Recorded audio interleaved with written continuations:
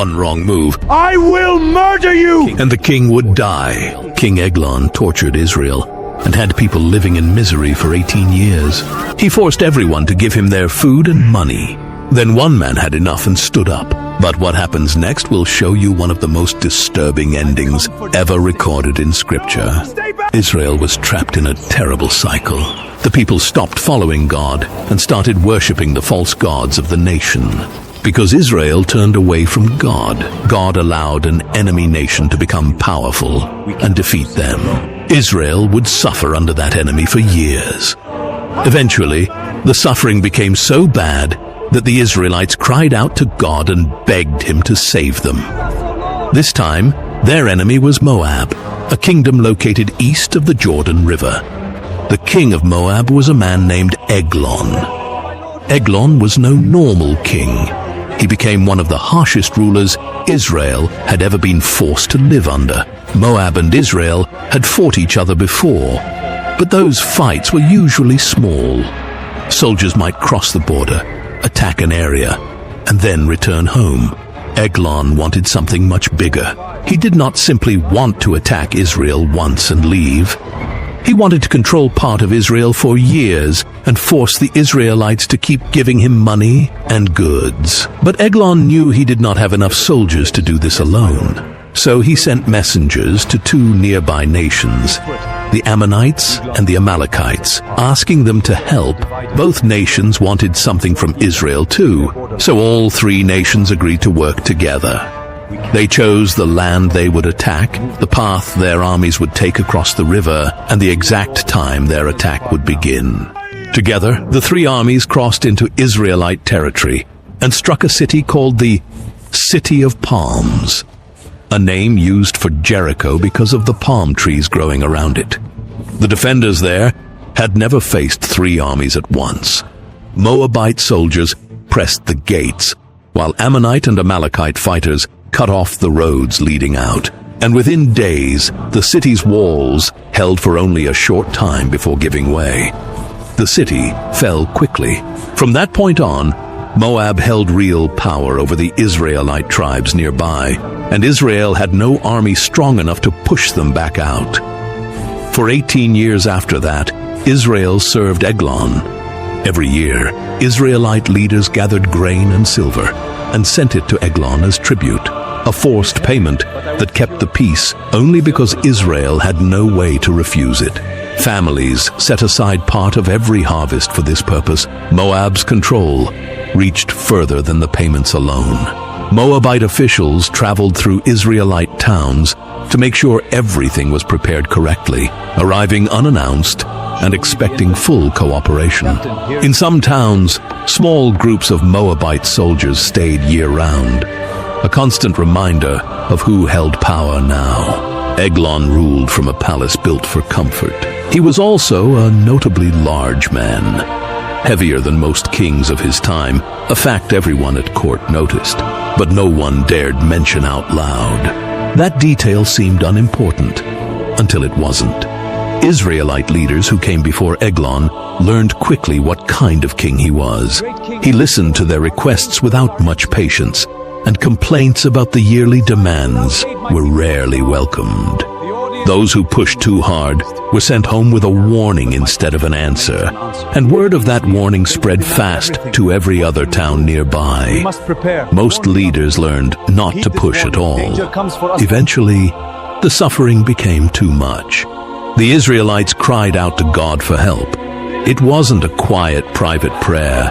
It was the same kind of desperate plea their people had made before, whenever they had run out of every other option.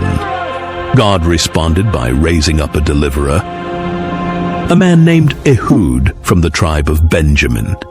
Ehud wasn't a famous soldier, and nobody in Moab had any reason to be watching him closely. He lived the same kind of ordinary life as the men around him, working the land and answering to his own local leaders. But he had one unusual trait. He was left-handed, at a time when almost every soldier trained and fought with the right hand. That single detail would decide everything that happened next. The tribe of Benjamin was known for producing skilled fighters, even soldiers who could sling stones with either hand and never miss. Ehud grew up among men like that, in a small territory wedged between larger, more powerful tribes. Nothing in his early life marked him out as the one who would end Moab's grip on Israel. He was simply a man from a small tribe, chosen for an ordinary task that year. Before he left, Ehud made himself a short sword, sharpened on both sides, and strapped it high on his right thigh, hidden under his clothing. God, searching a visitor, always checked the left side, since that's where a right-handed man would carry a blade. Nobody expected a weapon on a left-handed man's right leg, and nobody found one. The journey to Eglon's palace took several days on foot, following the same route Israel's payments had traveled every year before. Ehud walked with the other men, saying little, carrying the plan alone in his own mind. None of them knew what he intended to do once they reached the palace.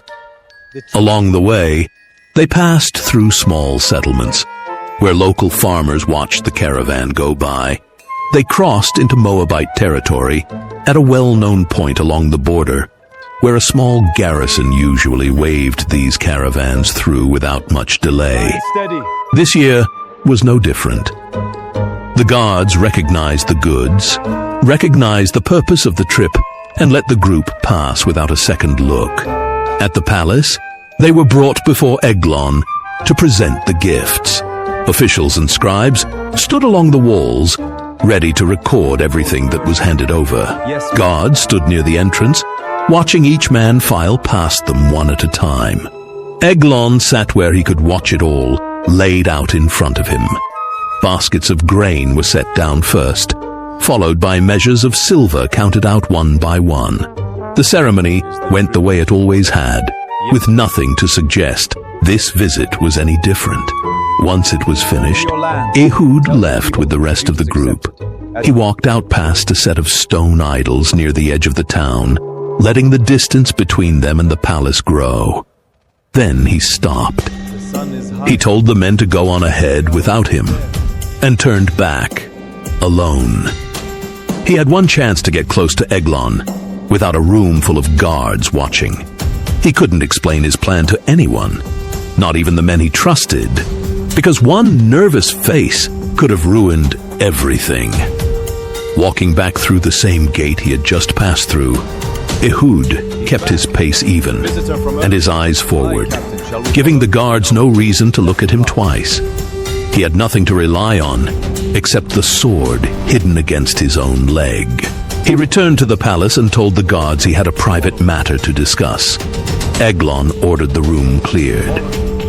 Every attendant nearby was sent out until it was just the two of them, alone in Eglon's cool upper room, with the doors shut. Eglon had no reason to fear one unarmed man from a nation that had never fought back. Ehud stepped closer. "I have a message from God for you," he said. At those words, Eglon rose from his seat. The kind of respectful gesture a king would make for a message from a god. That single movement was the opening Ehud needed. He reached across with his left hand, drew the hidden sword, and drove it into the king's stomach. Eglon's size worked against him. The blade went in so deep that even the handle disappeared, and there was no strength left in him to stop it. Ehud didn't pull the sword back out.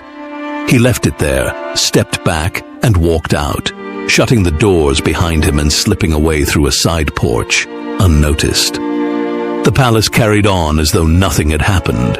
Guards stood at their posts along the outer halls, unaware that the king they served was already dead a few rooms away.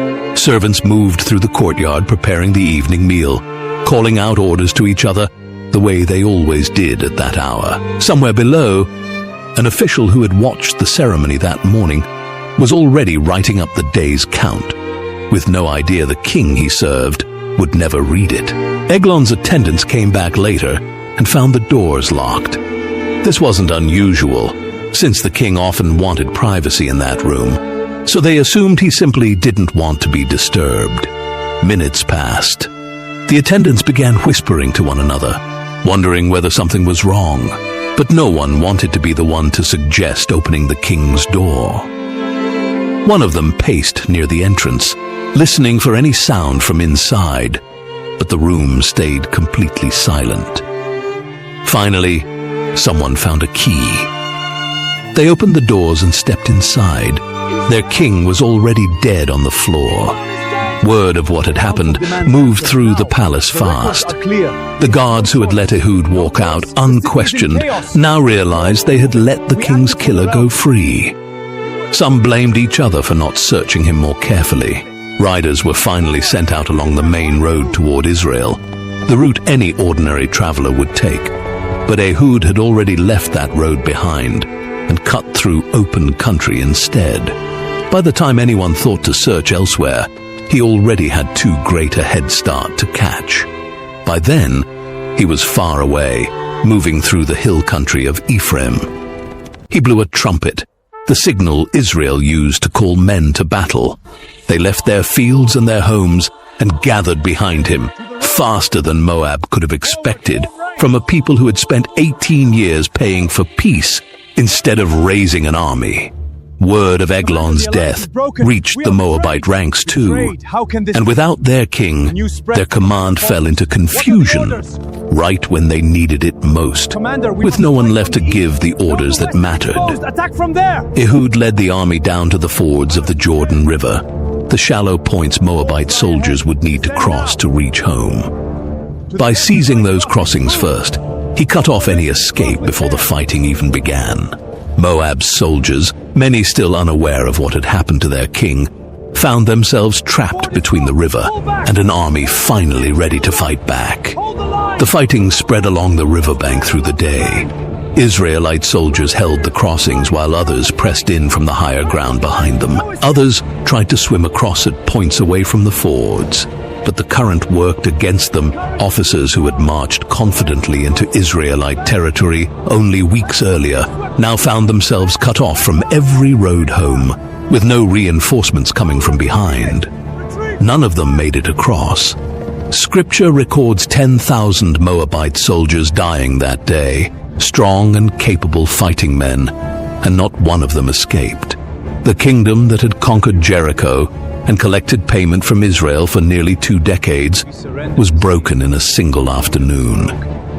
After that, Moab was placed under Israel's control, and the land had peace for 80 years, longer than almost any other period in the whole era of the judges.